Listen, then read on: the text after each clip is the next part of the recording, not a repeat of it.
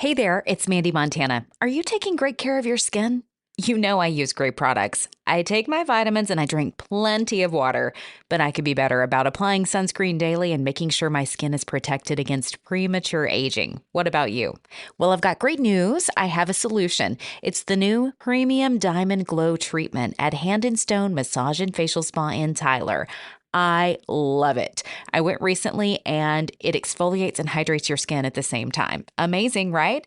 My skin feels so soft and silky after. You have to try it. If you've never had a facial before, they have different options at Hand and Stone, like hydrating and brightening. But if you're struggling with dark spots, hyperpigmentation, sun damage, sallow skin, enlarged pores, or maybe oily skin, this is the treatment for you. If you want your skin to glow and look and feel amazing, book the Diamond Glow. Schedule now by visiting Hand and Stone Massage and Facial Spa in the Cumberland Shopping Center in Tyler or online at handandstonetyler.com. Welcome to the Celebrating Women podcast, hosted by Mandee Montana, a podcast that celebrates women, their stories, their struggles, and ability to overcome. Conversations that celebrate their gifts, their talents, and courage.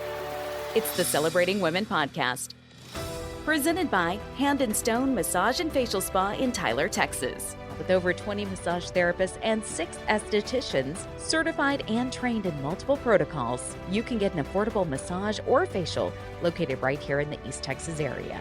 Book your appointment today. Stop by the spa in the Cumberland Shopping Center in Tyler or online at handandstonetyler.com. Welcome back to the Celebrating Women podcast. I'm Mandee Montana, and our most recent guest was Brandy Flanagan. She's the mayor of Gladewater. She also works for the Small Business Development Center in the Gregg, Harrison, Marion County areas. And when we were talking on the last episode, I was ready to wrap up, and then we were catching up on some things, and somehow we got to talking even more about the impact of women in leadership. And the conversation was so great that I asked her, I was like, can I continue this? Can I keep this for the podcast too? And she gave me her permission. So as the conversation continued, I was talking about my work in radio and how it afforded me the opportunity to work with and be around a lot of nonprofits. And that kind of spurred the conversation in that direction. And I just am so excited to share this with you. She's got some really great nuggets about women in leadership and about building teams and the various skill sets that are necessary to creating a thriving business and government too, for that matter, any organization. So I am just thrilled to share this piece with you. I hope you get a lot of value out of it. And here it is with Brandy Flanagan on the Celebrating Women podcast. You know, radio afforded me the opportunity to be really close to a lot of nonprofits and then a little bit of government officials too over the years. And I just care, which sometimes is a problem, you know, I know. Yeah. because you end up giving more of your time than you intended. And then once somebody sees that you are willing to give of your time and you do care, another person says, hey, I got a problem over here. Can you solve this? That's right. That is what happened. Yeah, it did. So Yeah, so Kristen Ashera, she's the new mayor in Longview, and she was elected at the same time I was. And she was talking about, she said, the one thing I've had to learn is the power of saying no, that if someone else can do it, to let them. And I yes, told her, I said, yeah, I have a real problem with that. it's hard. So, but what I'm learning is, I still have 3 teenage kids at home that Do I'm, you? yes. And so, Oh, girl, you don't sleep. so with juggling all of it, I am having to learn that now because the position of mayor, it is more for sure. And so having to lean on talking about women, right? I don't know what I would do without my mom, my oldest daughters, my kids' friends, their moms and things, that have just stepped in and been like, hey, we know you've got city council meeting tonight. We'll take pictures tonight, or we'll, it has truly been talk about women coming along and just supporting. It has been one of the blessings of this whole thing is seeing that. And then also just, the staff at the city, my city councilman, being okay with just being like, hey, they got that. I don't need either. So yeah, Kristen, she's been challenging me on learning to say no more, but I'm not real great at it. I did it this week. Somebody asked me to be a team lead for a fundraiser with Junior League. Ah, I've only been with Junior League for 2 years, but I had had so much experience with the other nonprofit that I worked with on their board that I sort of dove in pretty easily, but also tried to resist like jumping into leadership too fast because I didn't want to come in. There are other girls who've served a lot longer that need to step up into those Right. positions. I got asked this week if I would be initiate the fundraiser, and I said, I really appreciate the compliment. Yes. Thank you for believing in me. Right. And I'm currently overcommitted because I took on 2 placements this year. It was before I started working at Synergy, and I was just operating my network marketing business Uh-huh. from home. I had a lot more time to give. Right. I took on 2 placements and then didn't realize they were the most meeting heavy placements possible. It's our holiday shopping market and also like bringing in the new provisional class and teaching them kind of the lay of the land and the history. Gotcha. When I got that next ask, I was like, no. And I got roped into doing something I'm really excited about though. Saturday, we are doing an event for sixth grade girls called Ah, Girl Power. It's one of our projects. And nice. we do it every year, and they asked me to MC it, and I'm really honored to do it because I just think it's especially that age group for girls. I agree. Do you Yeah, have girls or do you have boys? I have both. I Yeah. have three daughters, and so yeah, I've got one that is 27, one that is 23, and then a 14-year-old. One thing that I'm always very cognizant of is developing that next generation of female leaders, Yes. and you get them at that age. You start developing those characteristics and traits. You can really start picking it out by that age of the ones that just, I always tell parents that one that makes you want to be like, oh, that's probably going to be a leader one day because they've got to have a level of tenacity and grit to be able to do that. The one saying that I tell people with leadership is that you got to develop a tough skin, but keep a tender heart. Mm. Your motives have got to stay pure, but you really got to develop that tough skin to where you're able to just brush stuff off that people say and keep moving forward. That's one thing I've worked really hard to instill in my girls is to be, hey, tender heart. Don't let things get into that heart level. Tough skin. That is such good advice. I I mean, appreciate it. You hate that you have to teach that. I mean, you want the world to be to where you could just, hey, but I think the longer you live in this world, you realize you have to develop that tough skin or you're not ever going to step up into who you were created to be. yeah, to take those moments of challenge that help you get to the next level and those moments of failure too, because that's typically where we learn the most is when we're making the biggest mistakes. Yeah. So I wanted to run for mayor 2 years ago and went through a divorce. I told them, I said, I'll stay on council, but I cannot step up to run for mayor right now. I've got to make sure I'm good. I've got Mhm. to make sure my kids are good. And so it delayed that for 2 years. But I think that's one thing that we have to learn is that we maybe go through seasons of delay, Mhm. but we still can't lose focus of what we're called to do and what the mission is. And to take those moments where you need to, in this case, stand back up, get up on your feet, and get back to what you're called to do. I'm sorry you went through that. That had to be really, really challenging. It was very challenging. And yeah, it was. And, it made me doubt, to be honest. I was like, will I even be able to be elected as a divorce? There's not ever been a female mayor. And in the end, it still happened. And so I think we have to stop allowing limitations on us that others either put on us or that our own biases would put on us and to say, no, we can still do this. We're gonna have to do it as a team. There is no I in Mayor Brandy. There is a solid team Yeah. at home, at work, and in the city. You just you develop the teams and the support system that you need to keep mission forward. Do you teach that? I've got to be able to look at God and say, I did what I know you wanted me to do. I've got to be able to look at myself and say, you did everything that you could do. And I have to be able to look at my daughters and say, what was I going to tell them? I wanted them to see that life is going to throw you curveballs, but it doesn't have to deter you off course. It may delay things and you may have to regroup and you may have to take some time to get solid, but you can get solid, you can get back up on your feet and you can keep moving forward. Well, I don't know if you have this in your vision for your future, but you could be, if you're not already, public speaking. You could definitely do it. You have, I do do keynote you? speaking. Yeah. Yeah, I I've can see also that. authored a book where it was Can very, you? a lot of this type of stuff. It's called Making Business Fun Again. I wrote it before COVID. Really? Half of the actual stuff that's in it isn't even relevant anymore because things have transitioned so much since COVID. But a lot of this, like what we're talking about now, is in there on just the journey of it. It's called Make Business Fun Again.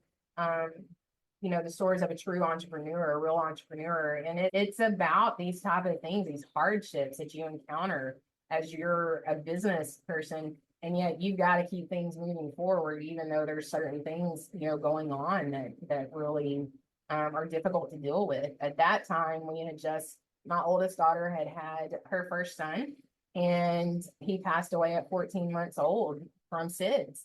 And it knocked the breath out of all of us, because one moment you have a healthy baby and the next moment he's gone. And just, how do you keep businesses going? How do you keep serving on council? How do you keep your family going when these tragedies and things hit? But also one of the most beautiful things that came out of that were the stories from other women who had been through it and were like, I would hear them talk to my daughter. I would hear them talk to me like, hey, she's gonna get through this, because I think from the standpoint as the grandmother, you're going through the tragedy of two things. Number one, you just lost your only grandchild, but number two, you're watching one of your children who you love more than anything go through the worst thing that someone can go through in life. And so, you're experiencing this from two different angles. And at the same time, you're still supposed to be serving on council. You're still supposed to be leading a business. You're still supposed to be doing all of these and keep all the other kids going. And as women, that is a level of weight that we carry. If you're going to be a woman in business and a woman in leader, that is a weight that you carry, that you can have these really hard and difficult things in life happen, but you've still got to stand up and you have still got to sit here and stay mission forward and keep moving forward in what you've been called to do. But you're able to do that because you've developed teams, Brandy.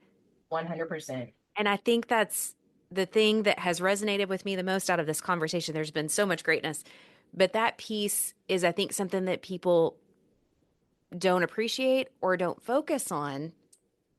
We don't operate in silos in any part. There's no such thing as a self-made person. I mean, No, when it comes to business, there's absolutely always not. layers, there's always relationships. Yes. I think that that's such a key piece of it. Yeah, it's true.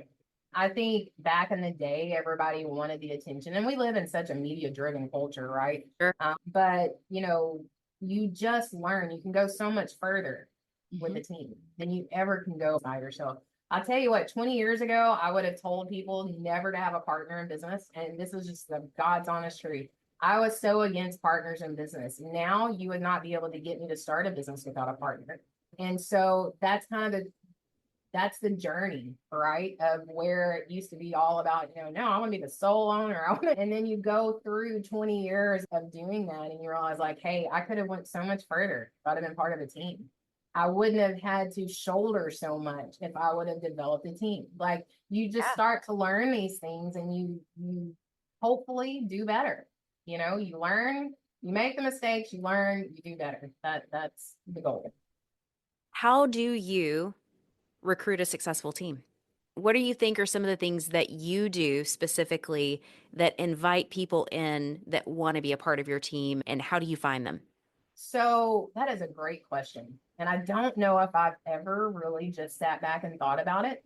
But I would say one thing that's always important to me is, do we share a like mission and vision, right? Yep. So especially in business, you would never want to partner with someone that has a total different concept or vision for what you're going to. You need somebody that's like-minded, but you don't want someone that is so like-minded that they're yes people. I love people who challenge what I might think is the best. I didn't used to be that way. I used to not like it if somebody punched me, but that is something else that growth has brought about, is that you realize it makes you better. You realize that it makes the idea stronger and better. And it doesn't always change the idea, but it makes you put in things in place to make sure that what they're seeing, maybe the negative, is addressed and taken care of before it's launched. So, but I do think people that are able to be open and honest with you on that they can present how they feel, their ideas, You have to create that though. I mean, you have to provide them that atmosphere to feel safe to do that. But definitely like-minded. I like people, action-oriented people. Hmm. Listen, one thing I really struggle with is I only want to focus on a problem long enough to develop a solution. Like, I don't want to stay focused on the problem. I want to stay focused on it long enough to identify what the root issue is to be able to then start developing solutions. So I look for that as well. I love people who that they're that way, that they're not pretending like problems don't exist, but they immediately switch over into solution mode. So those are great people to really make sure that you have on your team. And then I think too, what we were talking about a while ago, that tender heart and tough skin, people who can walk that path with you, that have a tough enough skin to walk it with you, but that have a tender enough heart to keep the mission and the right heart posture to make sure that your motives are correct, knowing what you're doing. Because regardless of what you're building, selling, people are a component People are a component. of One everything. of the biggest mistakes that people make on developing a company is that they develop it based on themselves. And so when people come in and they're talking about their logos, they're talking about all this, and I'm like, well, what made you choose that color? Well, it's my favorite color. So your favorite color doesn't matter. You've got to develop who your perfect customer base is and what colors they want matter. What they want in experience matters. And so turning it from a me centric to your customer centric focus creates a healthy, sustainable, thriving business. Keeping it me centric is never going to build a successful business. I think also with the team members that you're talking about, they've got to have different skill sets than you. There is no way that one person has all the skill sets. And so you're looking for people who share a like-mindedness, who can express how they feel in their ideas, who have thick skin, tender heart, and who have assets and skill sets that you don't, so that as a team, you develop that out. And Mhm. so a lot of times leaders have a really tough time. This is where I think females actually do a little bit better in leadership because we're not quite so egocentric. We thrive in teams and we very much understand the value. I have no problem talking about what my weaknesses are and making sure that I have people around me to develop that. Yeah. I love that you brought that piece up because I think I've seen it with the volunteer boards that I've been on. When I've had a really good, strong female in leadership, that was the goal, was she was looking at when board positions would open up, Right. what skill set are we currently missing or will we lose that we need to replace? Kind of like your councilwoman that invited you to fill her Yeah. role because she wanted that female role. It's such a key piece of the team to have that variety of skill sets and probably, people with communication skills that know how to communicate what they're good at and what they're not too. Listen, communication is such a huge, it's one of those pieces that I think if people learn communication, we would have so many less issues because, there wouldn't be all of the bickering. There wouldn't be the fear of speaking up and giving your voice and your ideas and things like that. And part of communication is really developing the ability to listen, right? I mean, it's like the second component of communication. One thing I learned early on with counsel is I used to always want to be the first one to speak up. I've really learned the value of sitting back, listening to everybody first.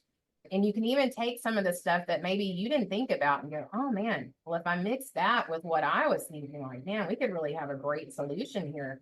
That was really great what you said there. I think if we partnered that with this, I mean, we could have a really great solution, right? Talking about the boards, that's actually one of the strategies that we have in Gladewater right now, because I think so many time on our community boards, it's just kind of whoever's willing to step up or getting a little bit more strategic on that to go, what skill sets do we need there? What advice do we need? Because councils leaning on those individuals to have those skill sets to be able to make the right decisions there so that when it comes to us, we've gotten counsel from people that are able to give us wise counsel on that.